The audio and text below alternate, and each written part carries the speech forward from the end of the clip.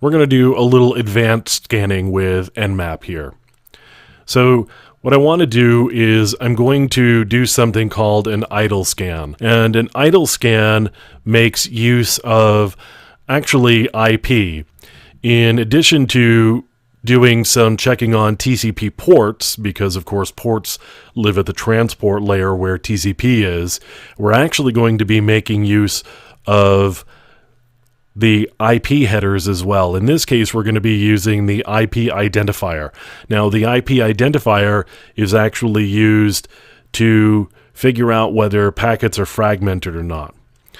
And so I'm going to start this scan off. And what I want to do is actually want to save it in this case. And so I'm going to give this a file name, and I'm going to save it because we're going to load it up into Dratus just to have some record here. Now, the IP address I've given here is the quote-unquote zombie host that we're going to be bouncing messages off from. Although we're not actually going to be bouncing messages off from, it's going to appear as though we're sort of bouncing messages off it. So I want to do a 192.168.1.39. And so in this case, I could have done a -pn in order to prevent Nmap from doing a ping of the system that we're actually scanning. And Nmap does a ping traditionally to determine whether the system is up to see whether we actually need to scan it or not. Now, if I've pinged it, then that system knows about me. In this case, what I'm actually doing is I'm bouncing messages sort of through this system. And how I do that is Nmap actually sends messages to my target, which is the .39, with a spoofed IP address of the .1 here. And as a result, messages are going to go back to .1. So you may be wondering, if responses are going back to .1, how am I supposed to know whether the port is open or not?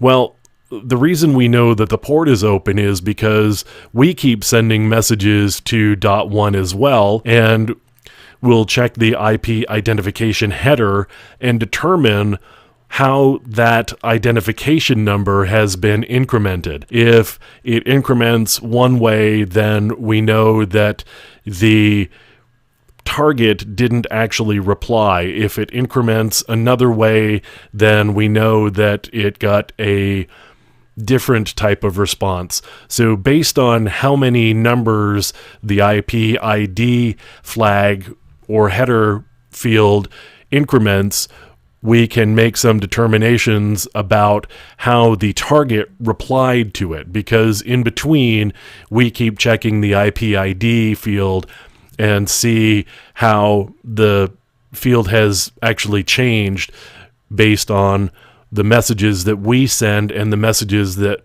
we send pretending to be them. And as a result, we end up keeping track of the ports that appear to be open. So you can see that we did this zombie scanner idle scan, and we bounced messages out appearing to be from this IP address to this IP address, and we did get the set of ports that are open back. And in this case, it looks pretty complete. It looks like the same set of ports that we got back when we did the SYN scan and the full TCP open scan as well.